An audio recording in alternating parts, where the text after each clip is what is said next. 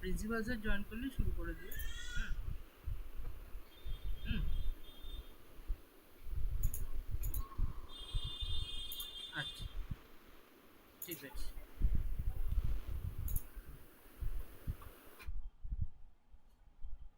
ঠিক আছে।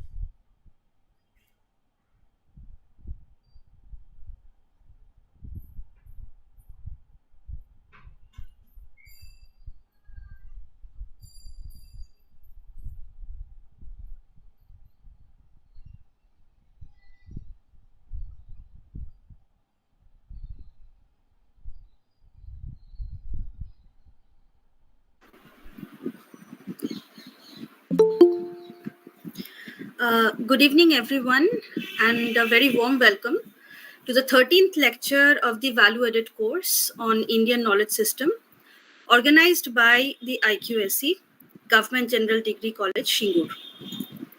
Today we have with us Dr. Saurabh Bhattacharya from the Newcastle University, United Kingdom, who, despite having a very, very busy schedule, is able to join us today. And Sir will be speaking on the topic titled Ancient Economic Thought and its Relevance to Modern Indian Economy. Before handing over the session to Dr. Bhattacharya, I would like to share with you an extremely sad and shocking news of the passing of our ex-student Shayan Das today. Shayan was an exceptionally brilliant student who studied physics at our college. He would have had a very bright future, but life is so fragile. We lost him today to renal cancer. Our deepest condolences to his family. May his soul rest in peace. Coming back to our today's session, may I now request our principal, Sir, Dr. Shantanu Chakraborty, to deliver the welcome address. Over to you, sir.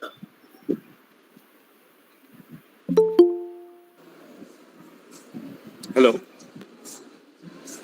Today, for the 13th lecture of the international level VAC on IQAC, we are honored to welcome Dr. Saurabh Bhattacharya, a reader at the Business School, Newcastle University. He will deliver a lecture titled Ancient Economic Thought and its Relevance to the Modern Indian Economy. Dr. Bhattacharya is a renowned international expert in economics and global marketing, and we are privileged to have him with us. About his topic, I quote Professor Amartya Sen that we live in a world where there is a need for pluralistic institutions and for recognizing different types of freedom, economic, social, cultural, and political, which are interrelated. He will deliver a lecture where he will differentiate the economic principles of the older world to the present time. I hope his deliberations will be very useful for our students. Now I will welcome Dr. Bhattacharya to deliver his speech. Am I audible? Yes, sir, very much you are audible. Okay. Sir, I would like to take a couple of minutes to introduce you for our participants today. Dr. Saurabh Bhattacharya is the reader, Economics and Marketing, Business School, Newcastle University. Dr. Bhattacharya has previously worked with IBS Hyderabad, India, as an assistant professor and with Axis Bank. He has a PhD in marketing and a post-graduation in economics. He also holds an MBA degree.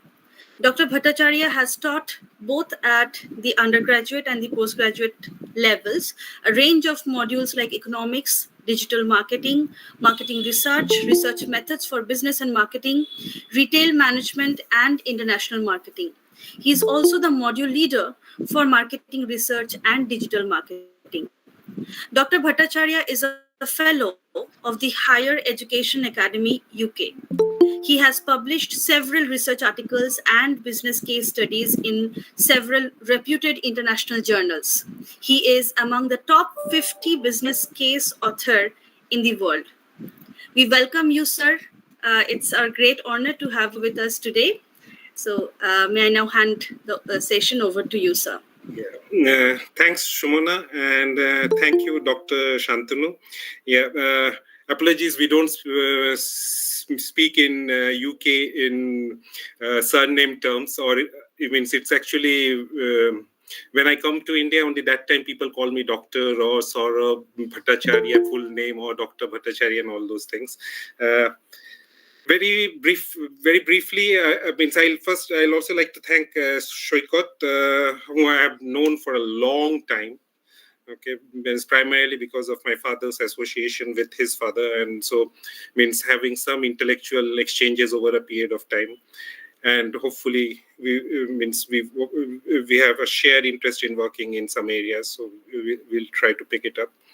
I like to thank Dr. Shantanu as well for extending this invitation to me, and I would like to apologize to all of you primarily because I'm going through a very tough situation actually at this very moment with my maternal aunt suffering from some means a very incurable disease. So means I hope that I would have prepared a very good presentation and then show that okay, Saurabh comes from Newcastle, and then so he should have a lot of depth.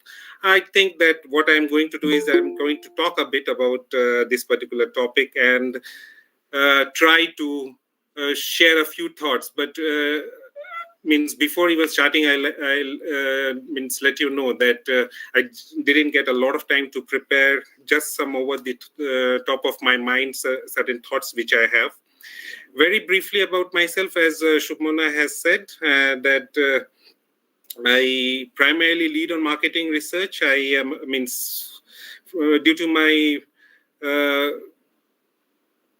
grounding in statistics since what should I say in India, which we call as class 11 in Vishwabharati. I'm means all throughout Vishwabharati Shantiniketan student.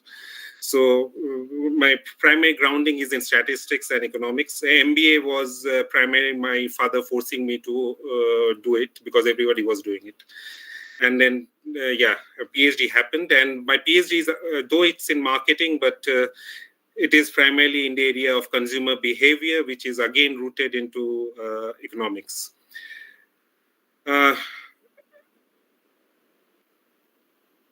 If you do a bit of Google search about myself, I'm not saying that I am among the top 50 and all those things, but if you do a bit of Google search, you will find out that most of my papers are with my significant and perhaps more major significant better half, that is my wife, Arpita. So Arpita is an associate professor in Penn State in USA. And I am actually, until 31st of July, I am a senior lecturer. And from 1st of August, I will become a reader. So when Shoykot asked, I said that, okay, put a reader for the timing. It will be good to see that, okay, I'm a reader in means my designation has got a little bit trajected upwards. Okay, I'm good in Bengali, but only speaking. I can't speak, I can't write in Bengali. So means, I'm more means hands-on with Hindi. Okay. English is not an issue, right? for any of us. So yeah, means I'll briefly talk about this particular topic and just a few thoughts of mine. What I intend to do is that somewhere later, means maybe a week or so later, I'll try to send the PPT so that at least come to know what are my actual thoughts. But today, what I'm going to present is what I'm going to talk about is primarily the thoughts which I had since what should I say? Maybe today morning or since yesterday night. Okay, so this topic is a very interesting one, and I would have loved to delve deeper into this particular topic, which is ancient economic thoughts and its relevance to modern Indian economy.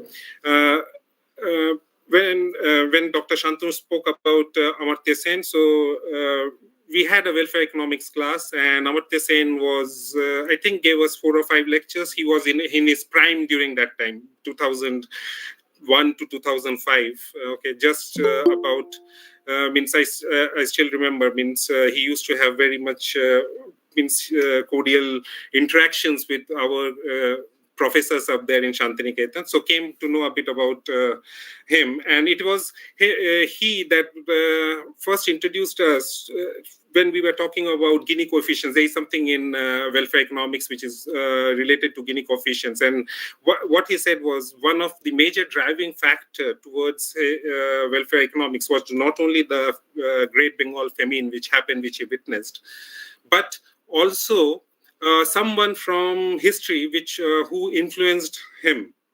Okay, means we know that whenever we speak about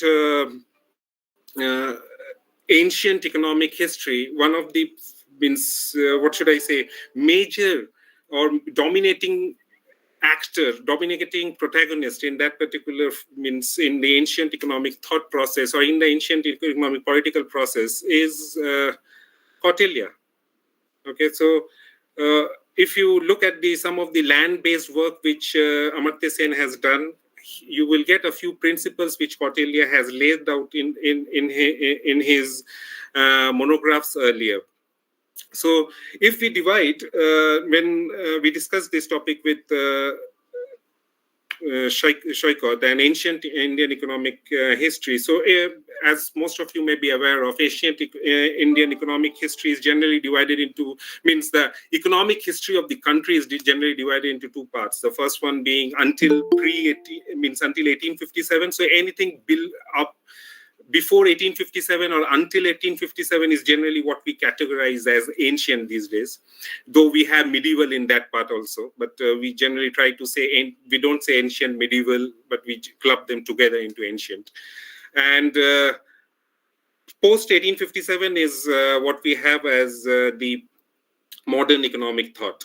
Okay, and only there are 2 aspects that I like to discuss today. One, a brief about Kautilya, and something about a barter system of the Indus Valley civilization, a bit touching upon both of these.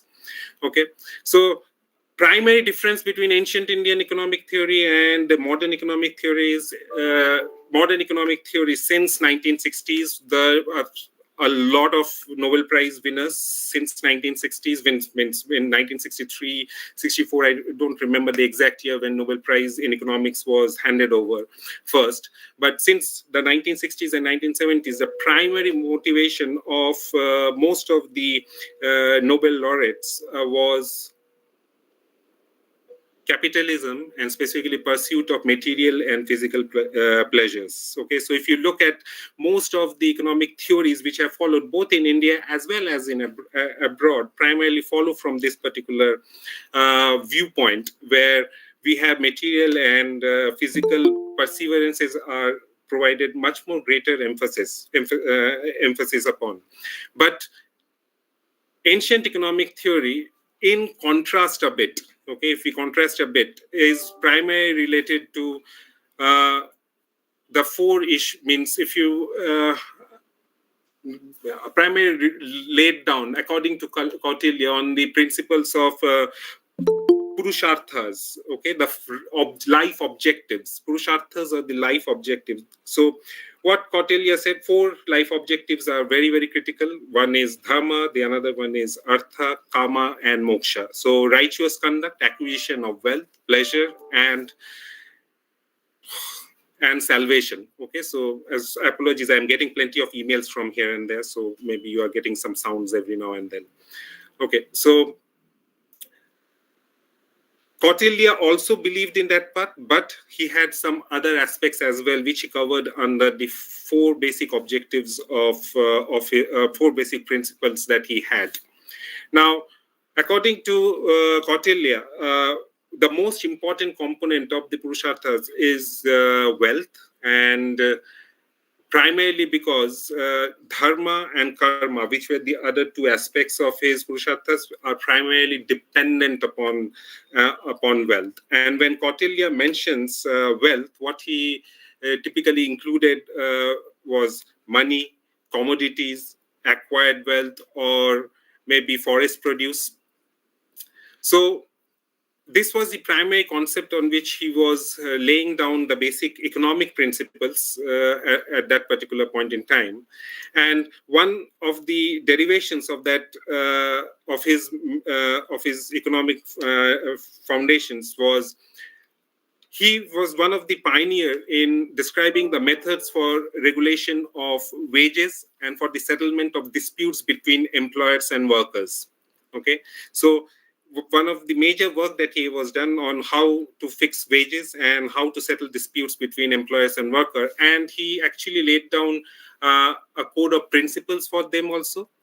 For example, he suggested that wage workers who abandon their work before their term gets expired, they have to pay the entire amount back to the employer or to the king.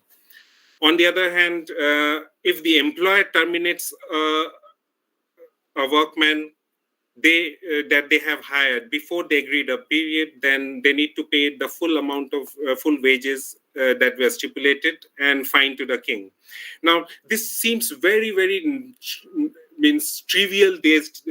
trivial for us these days, primarily because if you look at how the corporate functions, so several of the corporates, if you look at how they function, is that they have adopted a modified version of these principles. For instance, the concept of a very, very simple concept of whenever we resign, we have to give something called as a notice period.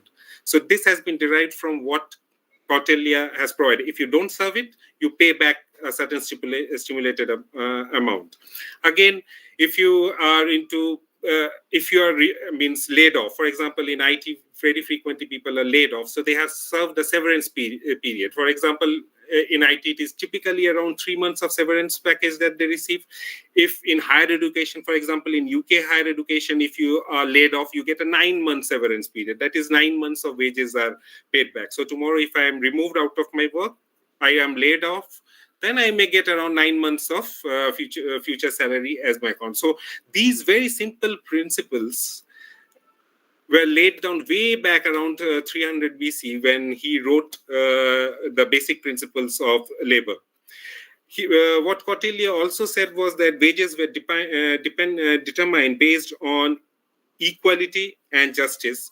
We have little bit tricked this, and today nobody says about equality. Okay, it's primarily about equity. Okay, so I will not go into what is equity and what is equality, but there is a very, very stark difference between both of them. But again, we determine those things based on equity and justice. Now, if you look at the way the democratic principles of India are founded upon, the principles on which the democratic principles of India have been founded upon, you will find out that wages should be provided on the basis of equality and justice, and there should not be any exploitation of labor by employers or by cultivators or landlords and capitalists. These are some of the basic principles which our founding fathers, when in 1949, they also made sure that these basic principles of Kautilya get adopted into our system. Again, one thing which Professor Sen has frequently discussed and has frequently incorporated in while working upon welfare economics is looking into the tax system. Looking into the tax system, and according to Kautilya, the tax system should be such that it is not to prove a great burden to the public. And what he used to say, means what Kautilya said was that the king should act like the bee who collects honey without inconveniencing the plant. So this is a very, very common parlance that we attribute to Kautilya. Now, if you look at the concept of tax bracket in our country, it basically is it remains the same, where higher income people pay higher taxes, and this very, very basic and trivial system has again evolved from Kautilya. Now, if you look at Western economies, I am just digressing a bit. If you look at Western economies, specifically more socialist countries like, for example, the UK or most of the European or the Scandinavian countries, you will find out that the tax bracket is severely high for people who have a little bit higher earnings. Say somewhere, if you're earning more than 60,000 or 70,000 pounds a year, which is around 6 lakhs or 7 lakhs, 60 lakhs or 70 lakhs per year in Indian currency, then your tax brackets are generally on the higher side. While if you're earning a little bit lower, it's means your tax brackets are actually much lesser. So most of these principles of little bit socialism being incorporated, we try to have some of the principles which Kautilya has, which Kautilya provided long time back. And another thing that I would like to briefly highlight upon is a system where Kautilya means, if we look at the way Kautilya looked at the trade, looked at the interstate relations and foreign policies, these are the same way through which actually we call Kautilya's realism. So Kautilya's realism means the basic foundations of those, that how you should interact with your immediate neighbors, how you should interact with your dominant neighbors. Okay, so there are a set of principles which Kautilya laid down, primarily based on material economic strength. Okay, so based on those principles, even today, if you look at the way India as a country does trade with its neighbors, they are primarily based on Kautilya's realism and how he basically, and the philosophies that he mentioned about dealing with having interstate relations and establishing foreign policies which are much broader in terms, which go beyond our immediate neighbors. And Kautilya also had some views upon how war should be fought, and means war should not only be about territory, it should actually be done in order to gain trade. So many of the countries in the world actually are fighting primarily to get control over vast amount of resources. One of the principles, though we are not promoting here war in any ways, but what we are saying is that what he understood long time back was that war is not only to gain territory, but it is also to gain market. It is also to gain resources which you can sell off in those markets. So these are some of the basic principles that we follow from Kautilya's monographs, which amount to a large amount of reading. Now, digressing a bit from Kautilya and going a bit further, and if you been going not further, but going backwards to Indus Valley civilization, somewhere around 2600 or maybe around 1900, between 2600 and 1900 BCE, that particular time period. So they laid a very simple concept, which was again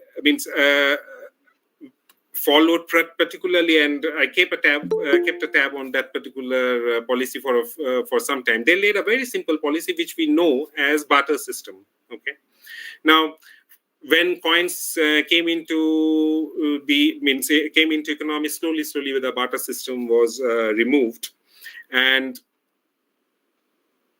it lost its prevalence for quite some time. But what happened recently, around in 2000, I think 2020, early 2020, after 2019, all of us were hit with COVID-19 pandemic, and we were impacted in different ways in different countries that we lived in. In India, we have various marginalized sections of the society, and for them, if you remember, there was a loss of employment, lack of access to education, food, and market, among other things. Now, this was a unique problem to the marginalized section, but there was a further unique problem. That problem was primarily farmers in rural India dealing with a very, very peculiar problem, and that was they had a lot of produce in hand. But since markets were shut, so selling of those produce was getting very, very difficult. As you know, because of the lockdown-related issues, markets were shut for a long time, so their trading was not happening. And further, bank branches were closed, ATMs were far away. So with restrictions on travel, cash particularly out of reach, what happened was that one of the primary principles of economics, that is the purchasing power or the buying power of an individual, got somewhere a little bit lost. And that happened more so in rural areas where they had the produce, but there was no market to sell it. So what communities did, they followed the long-held tradition which was passed on to us from the Indus Valley civilization, and that was a very simple concept of barter system. So what was the approach that was done? One approach that they took was in some of the communities. For example, I work with a community, with an NGO in Nagaland, which is known as Entrepreneurs Associate. So what they did was that they returned to the barter system and provided a solution that was more that this community was very much familiar with. So what people were doing, they were bartering perishable goods such as vegetables, and kirana stores in villages provided the essentials in exchange of wheat and food grains. And specifically what happened was that these perishables became the currency, became the currency. So if you have food, your child could also get, means it was being used as a tuition fee, to pay off your child's tuition fees. So people in certain countries, certain sections of India, and I specifically know of certain areas in the northeastern part of India who were using this particular very, very simple economic principle to come out of the COVID-19 related issues that they were having. And again, people who didn't have anything to trade with, so they didn't have any produce, what they were primarily doing where they were offering their physical labor in exchange of goods. Now, very briefly, barter system is still practiced in certain states of India. For example, in Assam, if you do a very, very quick Google search, you will find out that every year they have something called Jonbil Mela or a Chunbil Mela, which is basically a 3-day annual indigenous, where it's a 3-day annual fair where indigenous communities actually do what they bartered. Now, what they have done, see, markets have evolved and there have been many changes in the way business transactions work, but barter still continues to thrive in these very, very close-knit communities and across the villages. This is primarily because villages, unlike cities, are driven by producers as much as consumers, and the rural society actually believes in trust. So these are primarily the two basic things that I wanted to that came at the top of my mind when I thought about what are the basic ancient stuff that we are still using today and which could be actually dwell much more deeper in order to come out not only out of plagues like COVID-19 pandemic, but also to create more inter and intra-relational relationship with our neighbors. So this is very briefly what I wanted to discuss today, but obviously I would have loved to go much more deeper into this and discuss a few more principles. But for example, there are principles of Samudra, there are principles of summers. But unfortunately, because of little bit time paucity, and I need to wrap it up and quickly actually go somewhere. Thanks to all of you. Thank you very much, sir. And it was, although, we understand that you are in a crunch of time, but of course, it's a very, very interesting deliberation which you gave us today on Kautilya's contribution in the understanding of wealth and how it is related to dharma and karma, how the principles stated by Kautilya has implications in modern principles dominating today's workplaces, how the basic principles of Kautilya got adapted into the modern democratic system and the tax system in the country. Also, how Kautilya's principle of realism, has been imbibed into the foreign policies and communication patterns followed today in our country.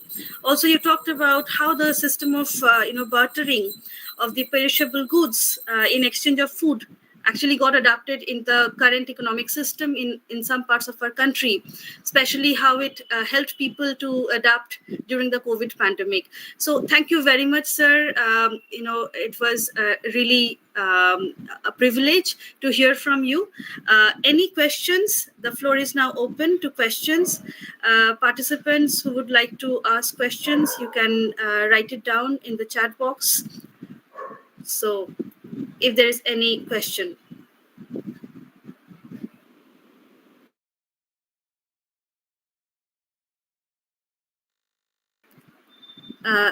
Sir, you need to unmute yourself. Okay. Thanks, Shumana, for providing a brief abstract of it. Unfortunately, I need to rush. Won't be able to take the questions right now. But if any questions are there, please capture them. And if there are any questions, please send them over, and I will be more than happy to respond to them. Okay, sir. Sure. Thank you very much, sir. Bye, and apologies to all of you. No problem, sir. We can understand your inconvenience today. So thank you very much, no, sir. It is nothing to do with inconvenience. There is a medical issue, and I just... I know, sir. I know. Anyway, thank you very much, sir, for being with us today. May I now request Dr. Choitali Chaudhary, our IQAC coordinator, for delivering the vote of thanks. Thank you, Shumana. First of all, I want to thank our today's speaker, Dr. Saurabh Bhattacharya, for his useful lecture. Thank you, sir, once again for your beautiful deliberation. Then I want to thank our principal, sir, for his wholehearted support and encouragement. Our faculty members are always being the source of inspiration and cooperation. Thanks to them. Thank you, our students, for your cooperation. And last but not the least, our coordinators, Dr. Shulpat Bandyopadhyay and Unupam Shen, for their constant effort to improve this course. Thank you very much. Thank you, Dr. Chaudhary. Thank you, everyone, for joining us today. And although it was a very brief session today, but I'm sure that all of you will be able to take some part of it, some understanding of what Dr. Bhattacharya deliberated on today. So thank you, everyone, for your participation. Good night.